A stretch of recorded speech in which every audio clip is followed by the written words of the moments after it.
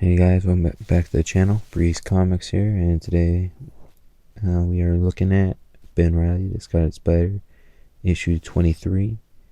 And I gotta say, this comic, it made me really happy, made me really mad at the same time, and a great plot twist that I really didn't see coming. So, I praised this comic last time or in general, this comic run for having very Christian themes to it, and it keeps going. There's one line that really pissed me off. I'll show that to you guys, but this picks up exactly where the last one left off, where Ben and King were in a cab. It ran to a light post, and that's point to the end of it, and that's where we pick up. The only issue I have with this particular page was you see the light post here, but you don't see one on this page. Now it could be from angles, but I thought it was pretty funny. Started off really funny. Dude gets pissed, and he's like, "You guys just popped in here," and Ben's like, "No, you picked me up. I don't know what you're talking about." And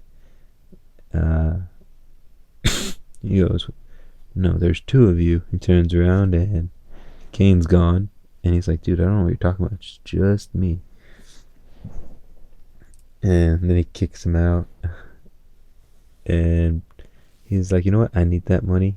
I need to get that money to repair this car." And before he knows it, they're both gone without a trace.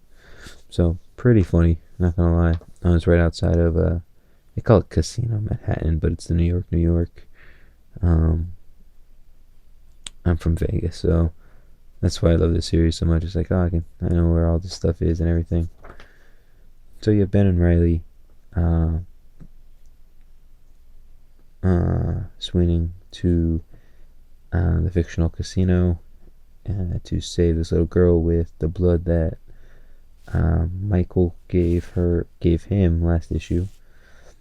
And they actually strike up this conversation and saying, "Hey," Ben says to Kang, "Are you going to fulfill the promise as soon as I save this little girl's life?"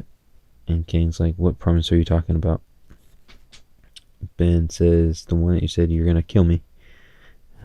You gave me time to save her life. I'm about to finish that promise. Are you going to kill him after?"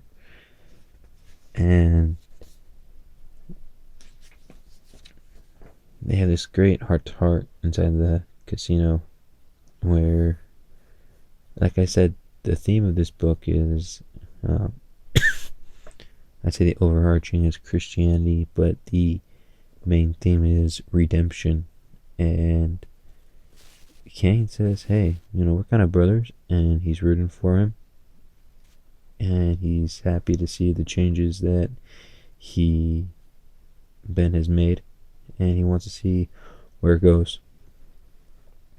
And then all of a sudden, his Aunt June says he's coming, and he's like, "What? Who's he?" And she just walks away, and they just blame it on a senior moment. And we go to this the little girl that's been the problem, the main reason for the story since issue 1. And this is the comment that made me so mad. "Abby, I'm so sorry. I did everything I could, and I promise you this: when I'm face to face with God, we're going to have words. She and I." That made me so mad. Peter David never puts politics into his story, so I like this series. And then I was like, why did you have to go and do that, Peter David? Why? I don't care if you like that stupid Ariana Grande song. Leave that crap out, So, basically, Ben is about to put the angel blood into her Then all of a sudden, this tele thing happens, and there's like, well, you kind of knew something was gonna happen, but you didn't. I didn't know what exactly.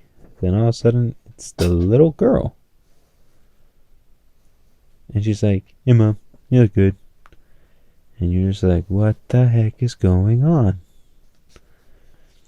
So basically, she goes on to say she's like 380, 390 years old.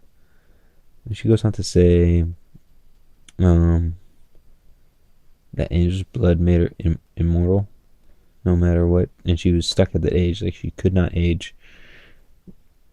And she goes on to explain what happened, with the country. This is very far in the future, so I didn't mind it. The country goes to crap.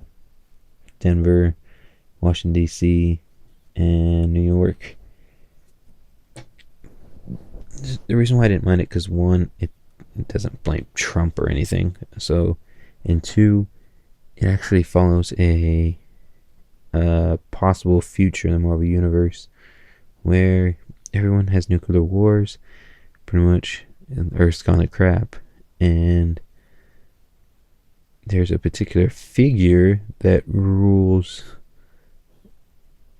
America, and this is where I like where they tied it in, and she looks very Cable-ish to me right there, or not Cable, Bishopy.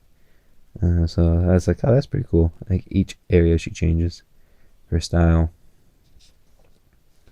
and boom, Maestro. How cool is that? And then he ends up dying. She outlives Maestro, which I thought was pretty funny. I remember this one, maybe omnibus from way back in the day that showed this possible future where Bruce Banner was alive after this nuclear war, and he only had this droid with him. And that's all I remember from that book, and that's what brought me back. As soon as I saw this, I was like, oh, that's so cool.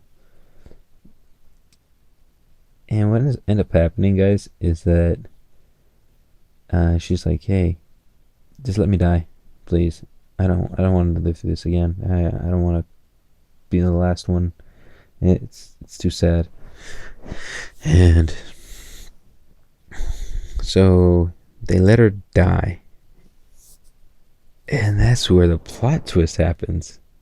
So you remember that the old lady said, he's coming. I thought that she was referring to Michael or Gabriel. Oh, actually, I don't remember if Michael or Gabriel. I'll say Michael. And it's actually Mephisto was the little girl. How crazy is that? Mephisto was he totally caught me. It was amazing. And he tries to stab the little girl anywhere. He's like, oh no, she's dead. Doesn't matter. And this is where Mephisto gives him another option. He says, you didn't inject her because you told the mother you were going to keep it, sell it to a major pharma medicine company, not waste it on her daughter. So he changes reality. And he says, if you can live for 1 hour, I will change the reality as back to what it was. And he says, deal. And Mephisto says, good luck. And she ends up stabbing him right in the heart. And I was just like, what the heck? Guys, pick this up. This is just a fun story.